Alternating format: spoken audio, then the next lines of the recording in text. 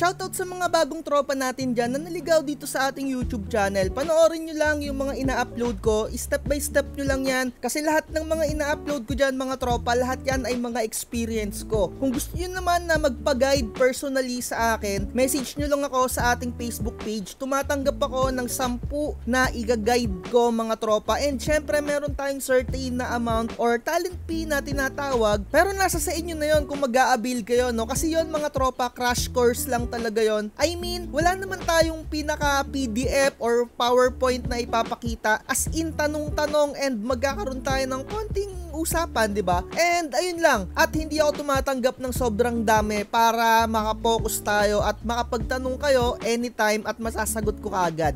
Dahil end of the month na naman, magkakaroon na naman tayo ng price check ng mga printer na usually na ginagamit natin sa printing business. Kaya tayo gumagawa ng mga ganitong content, baka kasi maligaw kayo at kung saan-saan kayo makabili ng mga printer kasi ang daming nagtitinda dyan ng mga Poncio Pilato na syempre kung wala kayong alam, ma-exploit at ma-exploit kayo. Sa Tagalog, mauuto at mauuto kayo. Kaya iniiwasan ko kayo na mauto. Dapat alam niyo yung bibilihin niyo ng mga materyales, yung mga presyo, kung saan bibili. At syempre, unahin na natin etong all-time favorite Epson 121. Lahat ng mga babanggitin kong printer, yung price check natin ngayon ay mga Epson printer muna. Kasi eto yung mga printer na pwedeng i-convert into pigment ink at mga sublimation. Sa ngayon, ang pinakamura dito sa online, around 5,300. Pero hindi pa yan yung magiging final na presyo niyan. Syempre, pwede pa yung gumamit ng mga vouchers. Maaaring makaless kayo ng 500 or less 1,000. Usually, makakabili kayo neto ng 4,000 pesos na kanyang pinaka-presyo kapag sale talaga. Yung swerting-swerte na sale, around 3,000. Ganyan lang yung presyuhan yan. Pero sa ngayon, eto yung price niyan. Gamit lang kayo ng voucher, mas bababa pa yan. Eto yung mga shop na talagang mga trusted ko, mga tropa, yung mga babanggitin ko. Ayan, eto kagaya neto sa mismong Epson printer, Last Mall, ayan o. And eto sa mga office work, PC works, ayan, mga legit yan. Kasi nandyan sila sa around 5,000 pesos yung pinaka-presyo nila. Titignan nyo rin yung mga ratings, mga tropa, ha. Kung meron kayong makikita na ibang store na mas mura,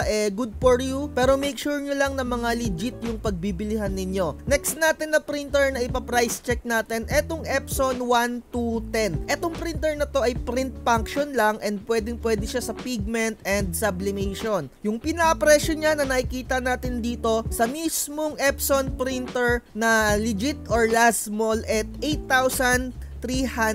And again, hindi pa yan yung pinaka last price niyan. Kasi kung meron kayong mga voucher, makakapag-less pa kayo dyan. So, may mga nakikita rin tayo dito na medyo mas mababa pa. Hindi lang din natin alam kung eto ay legit. Nasa sa inyo na yon kung susugal kayo dyan. Pero I highly recommend na bumili lang kayo sa mga matataas yung ratings, kagaya neto. And syempre, next na natin, etong 3-in-1 printer ni Epson. Yung meron na siyang photocopy, scan, and printing. Or yung meron din siyang Xerox, no? 3-in-1 na nga siya. Meron siyang pinaka-scanner glass dito sa pinakataas niya. Unlike netong Epson 1210, print function lang talaga siya. Ito ay 3-in-1. So, kung nag-uumpisa ka pa lang and medyo meron kang ganitong presyo or pera, around 9,000, and siguro makakalis ka nito kung gagamit ka ng voucher. Kasi ako dati, yung printer na to, nabili ko lang to around 7,000 before. And binenta ko rin siya kasi nag-upgrade din tayo, 'di ba? So ngayon yung presyo niya dito, 9,000. Dito sa GWPC, ayan, isa sa mga nakikita ko na legit na nagbebenta ng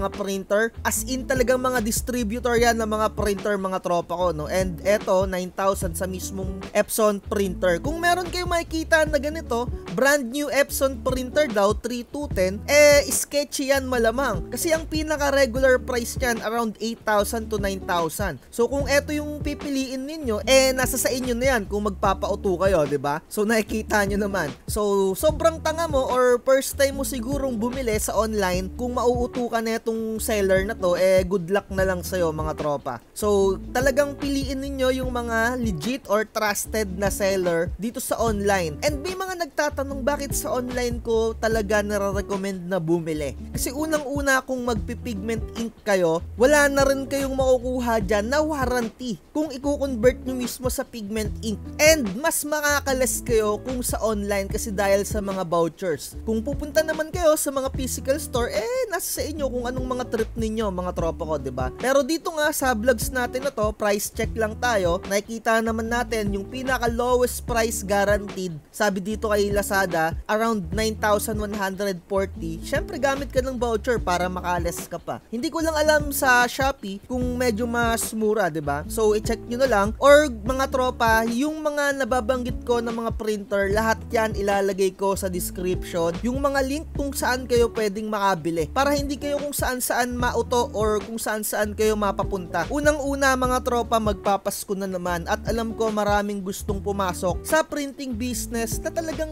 paparating yung 13th month nila, 14th month nila. Kaya wina-warningan ko kayo, wag na wag kayong magpapauto. Tignan nyo mismo yung mga presyo na mga bibilihin ninyo. And nakita na nga natin etong Epson 3210 sa mga presyo na ganito, 9,300, 9,700, ayan, 9,400, dyan siya naglalaro. Pero syempre, i-double check nyo at piliin ninyo yung mura na legit. And nabanggit ko nga kanina mga tropa na lowest price guaranteed etong 9,140, pero meron pa sa ilalim na tigna 9,000. Ang pinaka-explanation ko dito, maaaring etong mga printer na nasa baba, hindi ka na makakagamit pa ng mga voucher. Kumbaga as is na yung pinaka-presyo nila kasi may mga shop na tinutodo na nila yung pinaka-presyo nila and hindi sila nag-a-accept ng mga voucher. So kagaya na itong mga ganitong tindahan sa online, although medyo mataas yung presyo nila, pero pwede kayong gumamit naman ng voucher. Usually ang pinaka-maximum na voucher na magagamit ninyo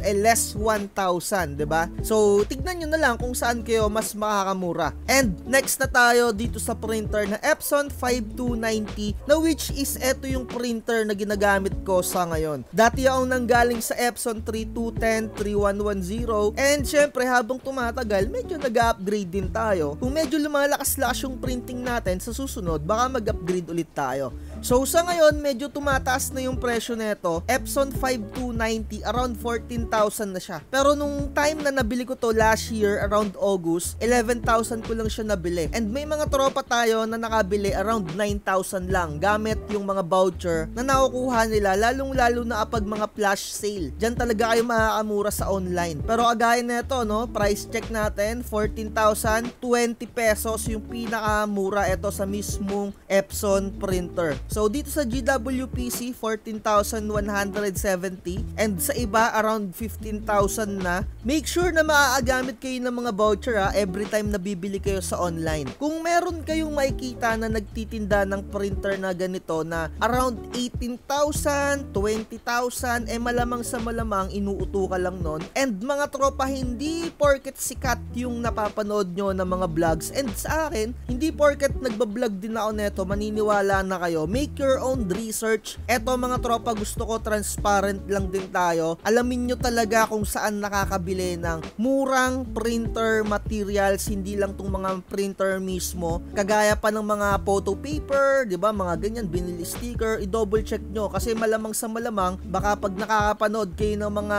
nang uuto dyan or yung sobrang daming mga subscribers, ayun na yung makuha ninyo, di ba? Ibig ko sabihin, no, hindi porket sikat papaniwalaan nyo na. Gumawa rin kayo ng pinaka-research ninyo. So, eto, 14,000. Move forward tayo sa pinaka-last na printer na maisasuggest ko sa inyo kung talagang seryoso kayo sa printing or yung talagang magtatayo kayo ng pwesto, kung talagang malakasan na yung printing nyo dyan. Mga tropa, hindi kayo magsisisi kung mag-a-avail kayo ng ganitong mga printer, workforce printer. Although, medyo may pagkamahal nga lang siya, pero as is, sobrang bilis niyang mag-print mga tropa. Hindi kayo mapapahiya dito. Pero syempre sa workforce printer, meron tayong tinatawag dyan na chipless. Ito yung imomodified mo yung pinaka printer na yan para masalpakan mo siya ng another ink brand. Kasi kung pinaka printer lang yung bibilihin mo, nakikita ninyo dito 26,000 lang. So same siya ng model pero mas iba yung presyo netong isa kasi ito ay chipless na.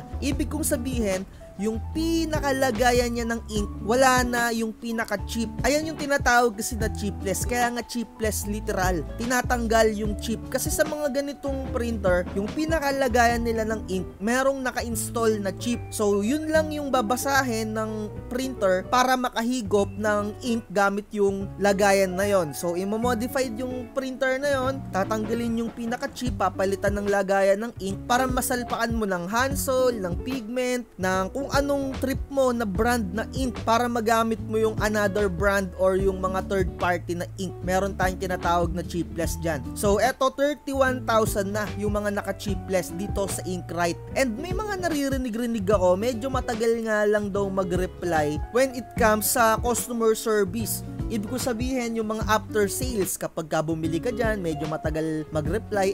Ang nare-recommend ko, maghanap kayo talaga na mabibilihan ninyo na legit yung talagang mabilis mag-reply. Pero syempre may mga nakakabili rin naman dito kay Inkrite na okay naman yung mga experience nila. So nakikita ninyo, etong model na to, medyo bago-bago pa to Mayroon naman siyang 4.8 na ratings. So basahin nyo na lang dito, satisfy daw yung bumili. Ayun nakikita naman ninyo, napakaganda na itong printer na to. Siguro kung medyo talagang pumaldo-paldo pa tayo sa printing natin, bibili tayo ng ganitong printer. Napakaganda mga tropa, ayan So, ayan, sana nakatulong yung pagpa-price check natin every now and then. Every month, every end of month, every first week of the month, magagawa tayo mga tropa ng mga price check para kahit papano yung mga bagong naliligaw sa channel natin magkaroon ng mga idea when it comes sa mga presyo ng printer na mga possible na bilihin nila. Hindi porket nakita lang nila na binablog yon ng isang vlogger, mauto na kayo nun, di ba? Kaya mag-ingat kayo mga tropa sa mga napapanood ninyo. At dito ko natatapusin yung vlogs natin mga tropa. Again, message lang kayo sa ating Facebook page kung gusto nyo magpa-guide or mag-avail ng mga printing template natin. Like, share, and subscribe.